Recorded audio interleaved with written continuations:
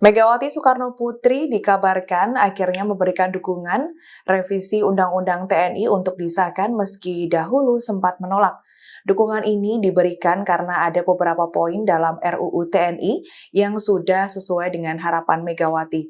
Dikutip dari Kompas.com, penjelasan ini disampaikan oleh Ketua DPP PDIP Puan Maharani di Gedung DPR Senayan Jakarta Kamis 20 Maret 2025.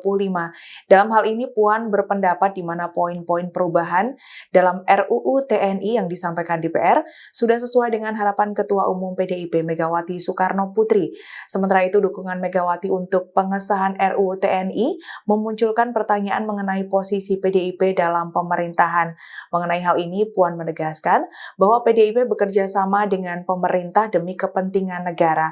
Puan tidak menjawab secara jelas mengenai PDIP masuk dalam koalisi pemerintah atau tidak. Perlu diketahui sebelumnya, Megawati sempat tidak menyetujui jika UU TNI tahun 2004 direvisi saat berpidato di acara Musyawarah Kerja Nasional Partai Perindo 2024 di Jakarta 30 Juli 2024 silam.